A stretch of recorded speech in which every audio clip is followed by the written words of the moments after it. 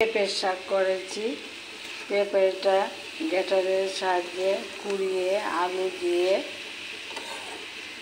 পাঁচফোড়ন সম্বার দিয়েছি, জিরা গুঁড়ো, ধনে গুঁড়ো, আদা সব কিছু দিয়ে নিরামিষ পেঁপের শাক আমার করেছি। একটা কাঁচা লঙ্কা দিয়ে দেব, নিরামিষ তো একটু ঘি দিয়ে দেব,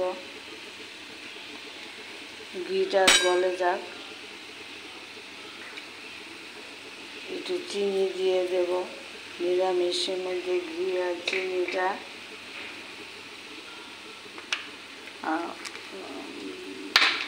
লাগে। ঘি চিনি দিয়েছি, বাদাম দিয়ে দেব।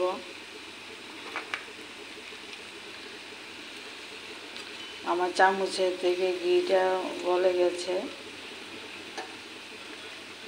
একটু গরম মশলা গুঁড়ো গ্রাইন্ডারে গুঁড়ো করে রেখেছি, ওটা দিয়ে দেব।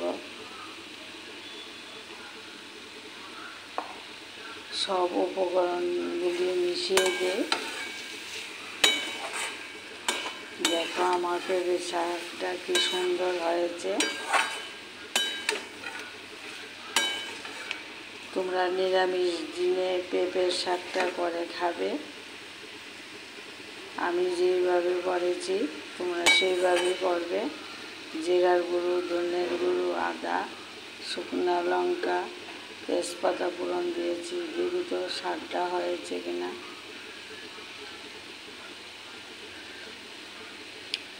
দারুণ হয়েছে। তোমরা এইভাবে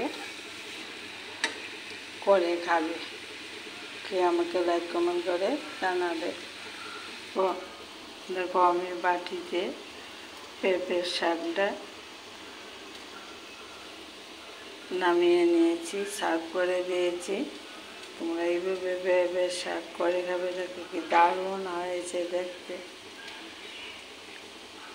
নিরামিষ দিনে তোমরা পেঁপে, আলু আর নারকেল দিয়ে পেঁপের শাকটা করে খাবে, খেয়ে আমাকে লাইক কমেন্ট করে জানাবে।